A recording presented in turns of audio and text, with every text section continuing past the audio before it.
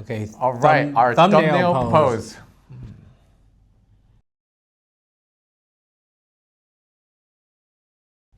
Okay. All right. That's good.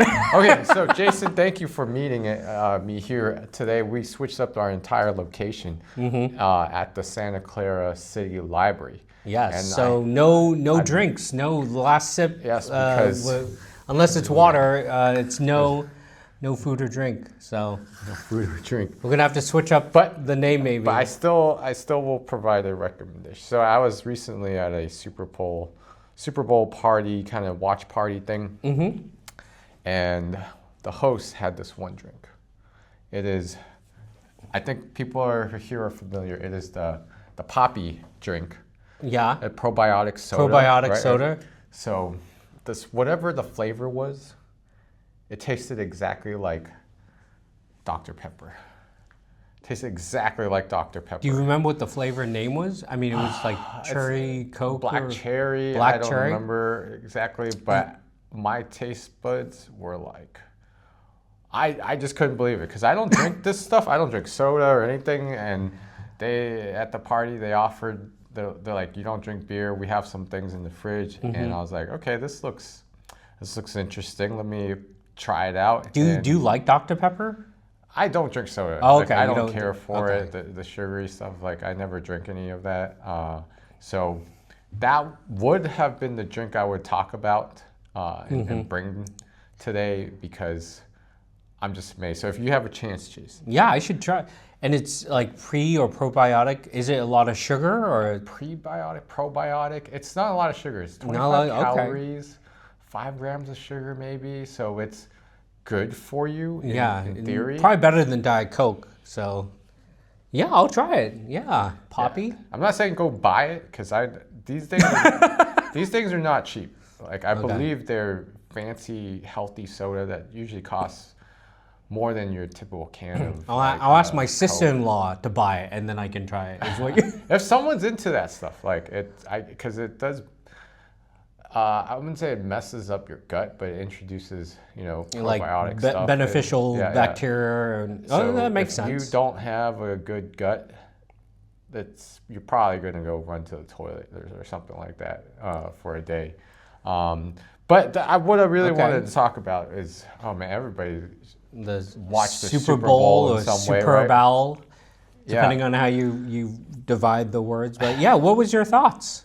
So of course, we're here in the Bay Area, and I don't know how big of a football fan you are. I mean, once the Niners were out of the playoffs, it's like, whatever. It's all right. The funny thing is, because like when it would have been great if the 49ers and to be at Levi's Stadium, but then they were beat by the Seahawks, and a lot of people that I talked to were like, oh, we're gonna root for essentially not the Seahawks. But in my mindset, shouldn't you root for the Seahawks because they beat you?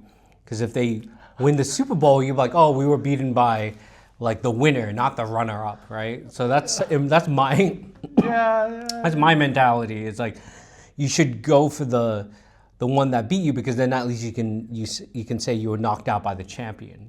Like that's my mindset. But I mean, for the Seahawks, I mean they're kind of West Coast. This is almost like a home game. I mean, a lot of them, it's easier to fly from Seattle to here, and they played a lot in Levi's Stadium. So yeah, for them, to me, it's like a home game for them. Yeah, so I would say, first off, sucks that the San Francisco 49ers weren't at the Super Bowl. Right. It would have been nice. And then another point that I really hate, I live down the street from, we're here in Santa Clara, Levi's Stadium, right? And the part that's really kind of a big conflict that I can't reconcile, like there's so much hype, right? There's the media events, there's the festival, there's the celebration of football, the game, but all of that took place in San Jose or San Francisco or some other part of the Bay Area instead of it being concentrated in Santa Clara. But I get it because Santa Clara isn't San Francisco, so even though it's called San Francisco 49ers. Yeah. It's in Santa Clara. Yeah, it's one of those like weird. I get let's say I understand San Francisco Airport isn't in San Francisco proper. I mean, you can't put an airport like Well, in the city like that, right? Right. You know, it's actually located south of San Francisco. Uh, yeah. I get the airport situation, but Well, Oakland also wanted to rename themselves like something San Francisco. San Francisco Bay Area, Bay Area. Oakland Airport or something like that.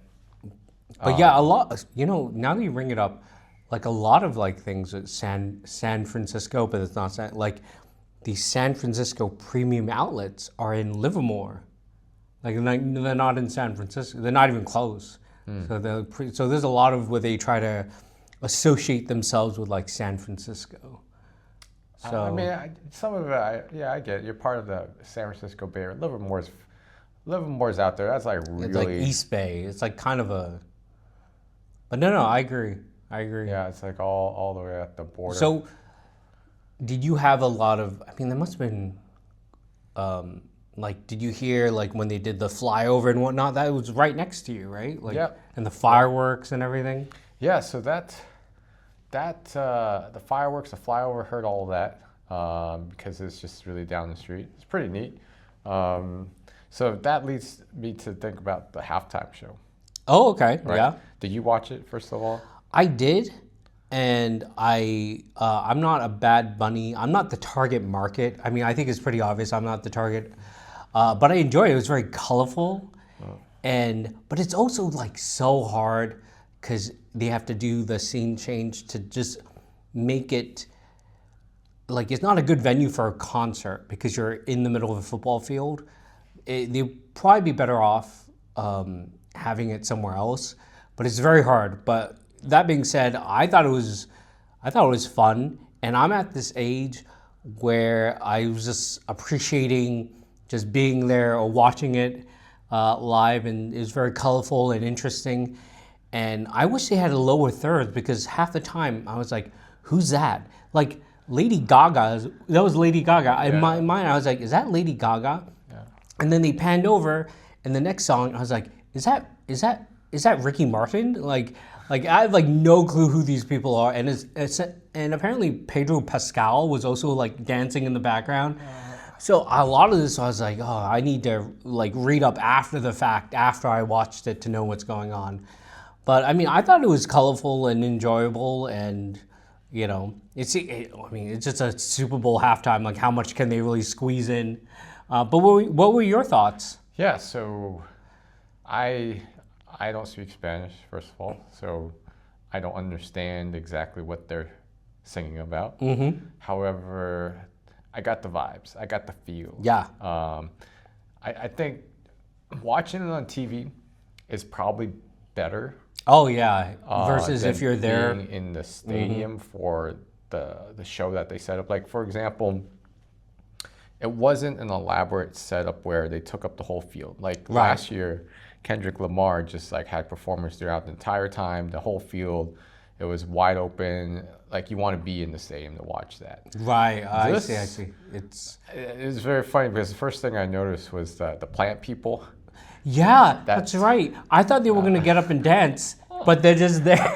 So maybe it's easier to move. The background for that is, in order to create the set, they couldn't roll out plants. Mm-hmm. So they just had people dress up as plants so they could walk on the field. It would be much easier. Okay, that makes set sense. Up and break down in a short amount of time. Right. So a lot of extras would just were just plant people dressed up with plants. And then the way that when you watch the telecast, it was shot in a way where it seems very intimate. Mm-hmm. So it's like a house party. It brought in a lot of the Latino It's almost culture. it was like a music video almost. Yeah, like music video. But yeah, if you were at the stadium, you wouldn't kind of know. You'd have to watch it at the Jumbotron and whatnot. Yeah, exactly. So I thought that was a great televised experience. Like I think, even if you're at the stadium, I think it would just be a party vibe the entire time because of the music, the movement, and the hype. For me, it was a fun show. It was a fun show. Was it a top show? Top entertainment act of all the Super Bowl halftimes? It doesn't matter. probably wasn't the biggest, but I think the reach and the appeal to just Yeah, because Bad Bunny people also just got a Grammy. Yeah, right? yeah. So that's very timely. worked out really well. And then here's the part that I really enjoyed was, so just like you, I didn't know or understand every part of it until afterwards. Yeah, yeah. And then I think it's the depth that came, once I figured out the depth of some of these things that were done, then I was like, whoa, that is pretty cool. Like the reference to the child sleeping on the football, that is a common Latino party thing where kids would fall asleep at parties. Oh, yeah. I mean, I don't know some of these references. There's a lot of, they even, like, the couple who got married were getting married in real life. That's a real, and that was like, real couple. So that's hard to top, right? Like, getting married at the Super Bowl. Yeah, so a lot of these things that came out afterwards was like, wow, symbolic, a lot of symbolic. A lot The flag, symbolism, Easter eggs, like you said. the whole setup, the changing of scenes, and the part that stuck to my mind, Bad Bunny climbed up the prop, the electrical pole prop, no safety harness, nothing. He just, I was really surprised climbed that up there was and- no safety harness. and also him just truss fall. Yeah. The truss fall back. I think the truss fall, he was at least like 10 feet, 1 story high, right? And then you just truss fall back into the crowd. So I think that's where OSHA would not be happy with that. yeah. So that's where it's like an artist really is performing and entertaining. They're taking risk, and I really respect that coming from someone that appreciates people who take artistic risks and make those kind of things that most people wouldn't do.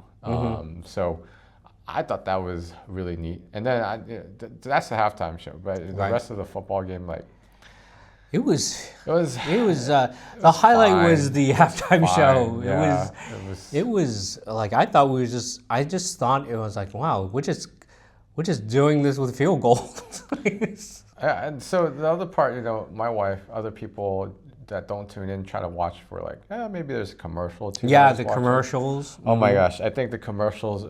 The Super Bowl commercials are always a sign of the times that we live in.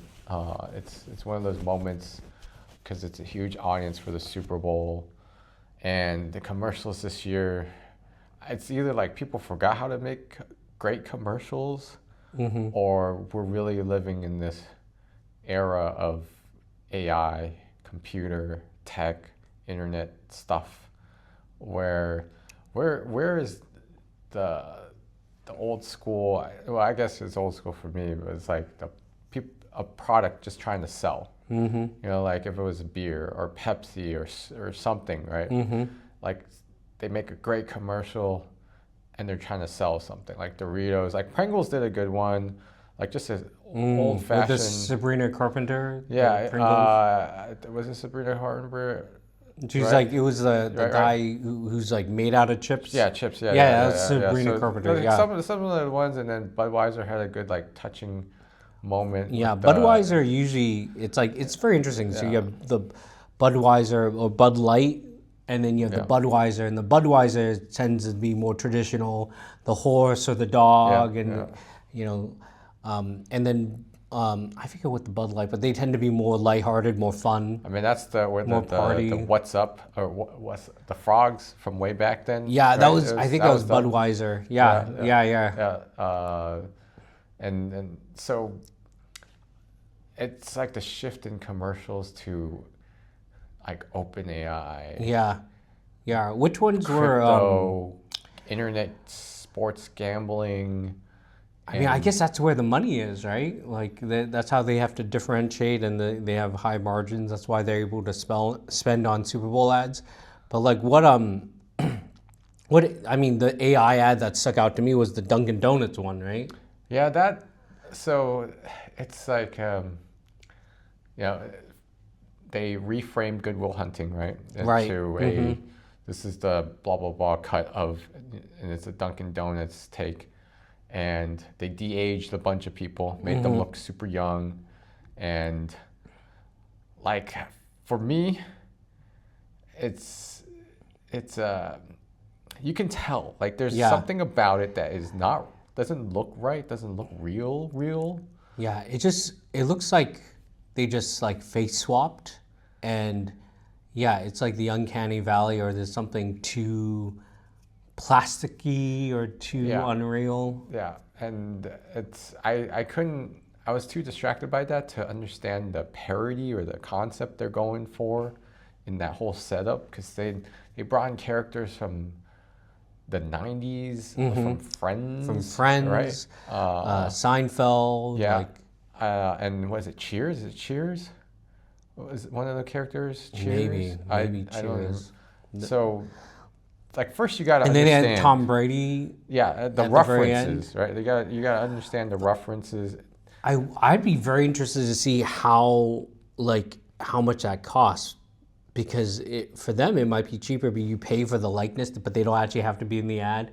You have stand-ins, or you CGI computer generate it, but you're just paying for their likeness. Like, how does that impact the cost of making that ad? Could you have more celebrity? The other thing is, it's like in the future, it's like when people pass away and you sell their likeness, could we be seeing like, people being kind of resurrected and, being in ads or movies because we can now have their likeness with AI? Yeah, I mean that's the big discussion in the family trust that owns the likeness of their ancestors and all those things. But it's the ads and all that, the AI generated things, and I think I know why they do it, right? It's the eyeballs. There's a lot of people tuning in, but I think to really get like good advertising going, or you got to sell an emotion, you got to sell a feeling. And I just, the fake stuff, the AI stuff, the slop just doesn't have feeling behind it as much as creators using that tool try to give it feeling. It just, it's like if you met someone in person and they're a robot, and you just know automatically they're fake, they're not genuine, they're not being themselves because they're just programmed. And watching this stuff feels like that. And I'm not just talking about commercials, I'm just talking about seeing AI generated things that are prompted, that someone told the computer, hey, make a person crying, or make a person that looks sad. And then the computer will spit out something that it's like, oh, after looking at all the human examples that we have processed, this is what sadness looks like, and then they'll spit it back at you, and then that's supposed to elicit a response. In theory, oh yeah, it should work, but because of the way it's done, it just never looks genuine enough, or that never comes across. It's too formulaic, is what you're saying. It's disconnected in a way where the creator probably didn't feel sad, but they just wrote the prompt in, and without actually going through that emotion and then creating something, just using a tool and asking the tool to create it, slightly different in that process, where it just completely divorces itself from the actual genuine feeling.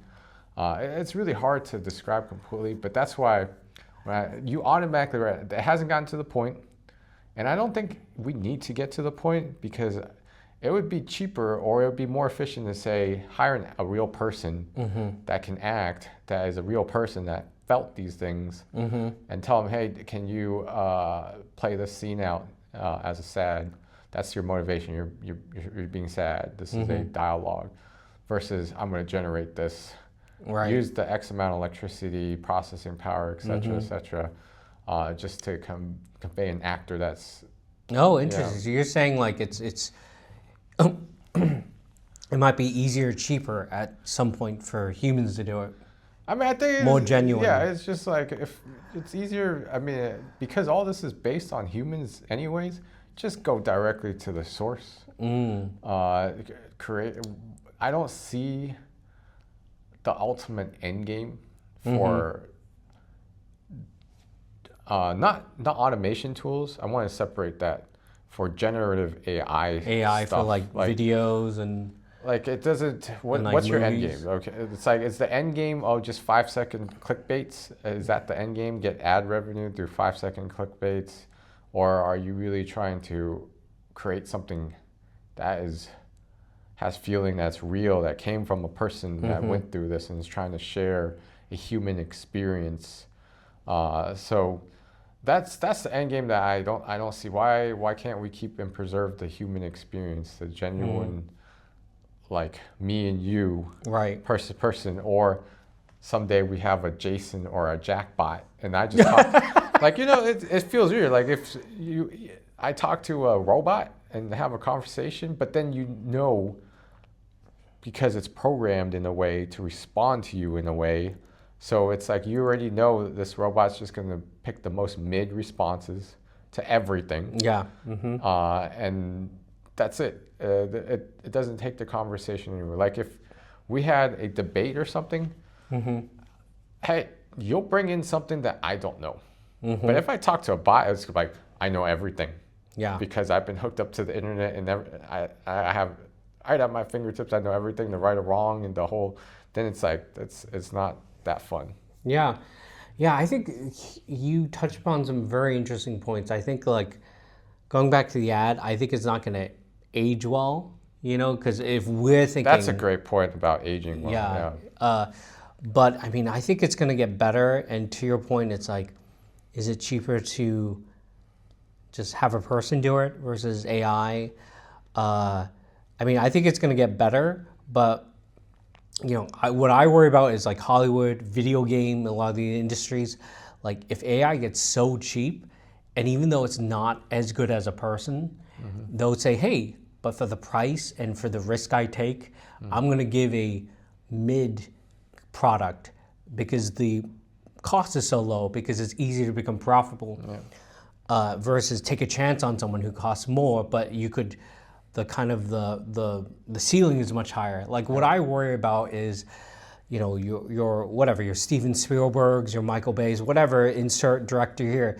Is it even going to get a chance at making great movies? Because Hollywood and studios aren't going to want to take the risk, because AI is going to be so cheap that it can just put out kind of mediocre products. But because the cost is so cheap, they get a return on investment. When you talk about it this way, it makes me think: would you rather have frozen pizza or a hot fresh pizza baked at a restaurant? Yeah, I mean, there'll be target audience, and maybe that's a great point. It's like exactly. there is a audience who will say, you know what, I don't want the frozen pizza. I want human interaction. I don't want to talk to a bot.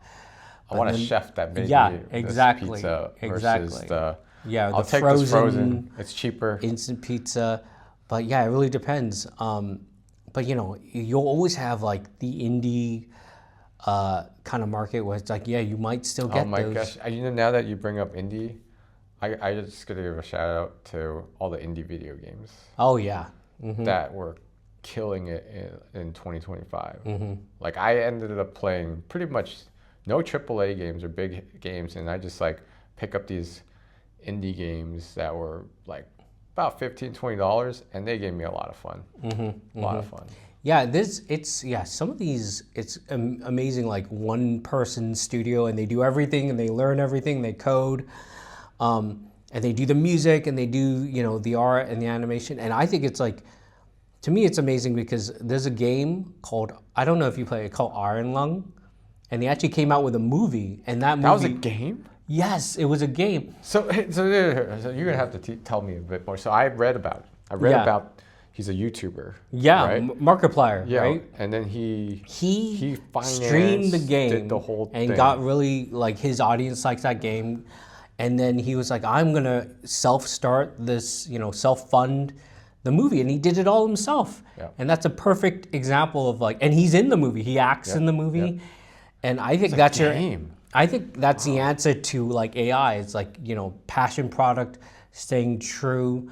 And also like Iron Lung is like not, it's an indie game, and I did the not the know story it was a game. behind it is Wow. you play as a convict, you go, there's this like thing that happens in the universe where resources disappear, and then you're in a submarine and you go into the sea of blood on a planet, and you have to discover things.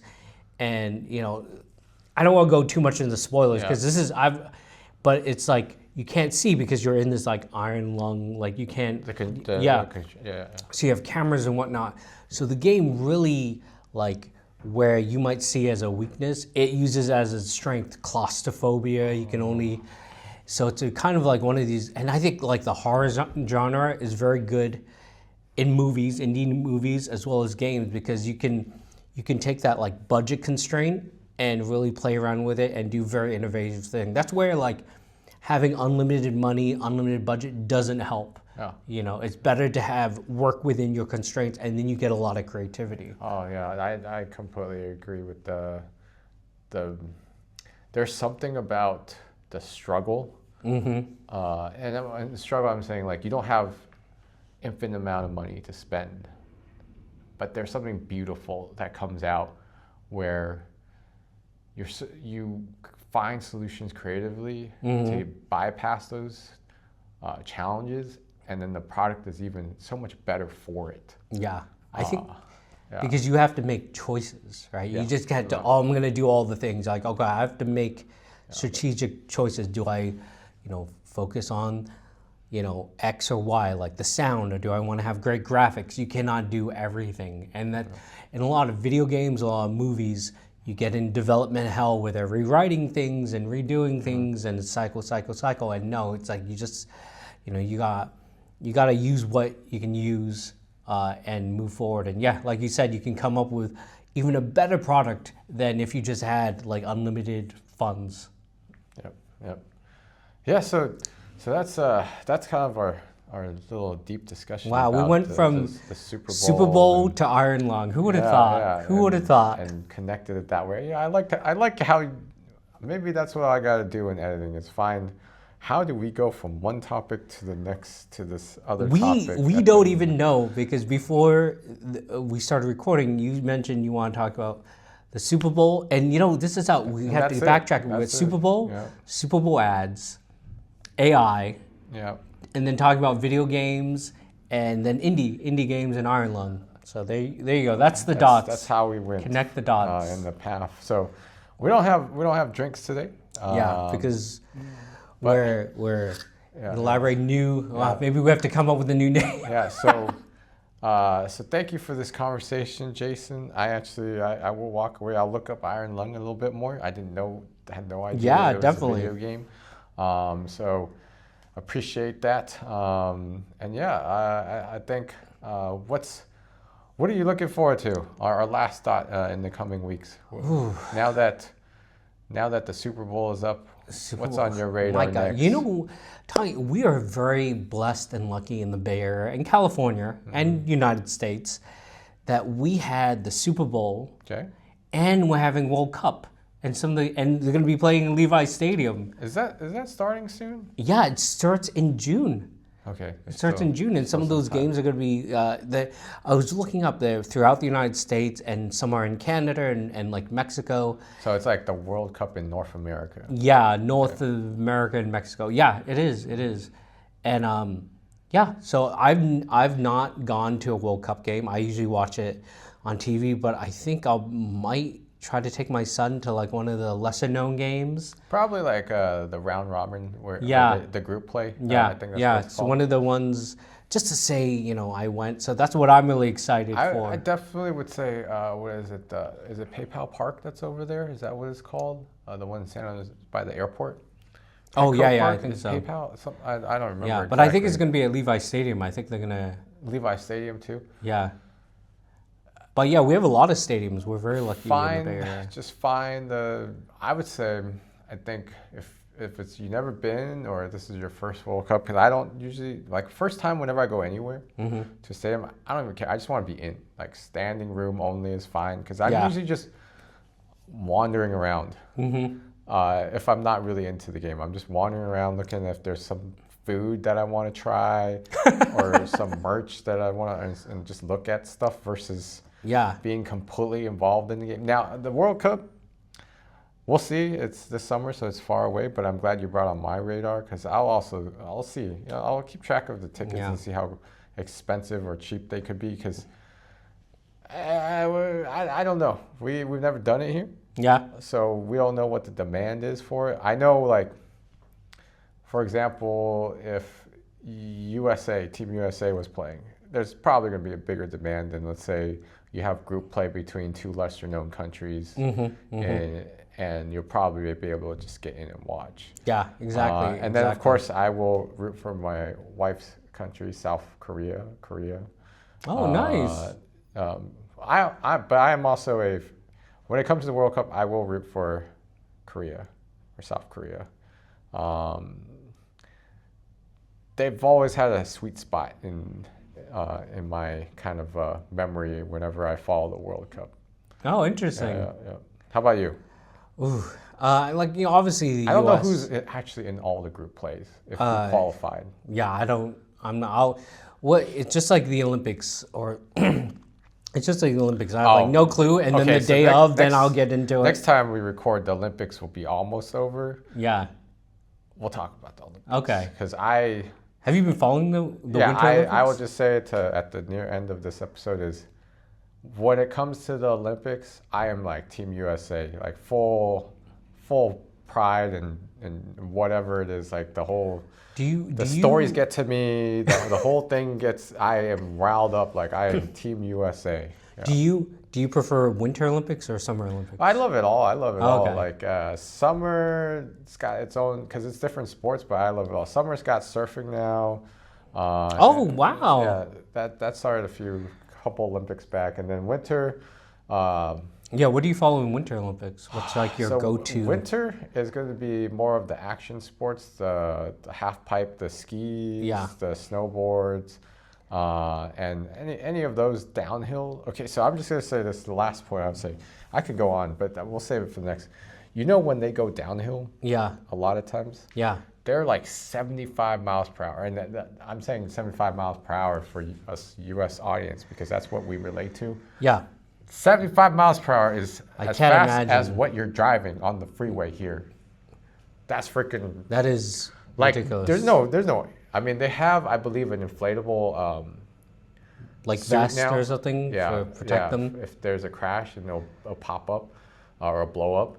But just imagine, just flying down 75 miles per hour. I don't know. That's too hardcore. That being said, the one I watch is curling.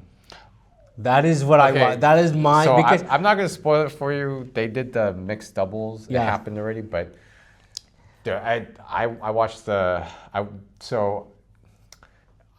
don't do the full match on TV. You have to watch on Peacock. Watch, and I did follow that mixed doubles. It is. I think. It is. I think I like watching it because in my mind I was like, that's one sport that I have a chance that I could do. I can't do the skiing going 75 miles, but maybe if they need like a sweeper or something, like in my mind, because I'm sure it's not just sweeping. It's like this is technique. It's very technical. I'm like I could imagine. It's like maybe I could do that. I like to fantasize about. But I think that's why I like watching curling. When you say that, I think I have the same thought process. Like, it looks somewhat simple enough. But then, when they launch, they get into that position. Yeah. And then they try to keep up with the ice shoes. Yeah. And this is how I can see what will happen to me is I just fall straight. Just eat it. My face into the ice and a bloody nose. And because, it's ice. It's hard. Yeah. So just straight. Boom, bloody nose. They make it look easy. They're doing their job, make it look easy. So you're like, oh, I could do that. Like they need like an Olympic sport, like skee ball or darts or something. That's what I need. I need relatable sports to me. Yeah. So again, thank you for coming here today, Jason. And then we'll catch up next week, and we'll see how Team USA does in the Olympics.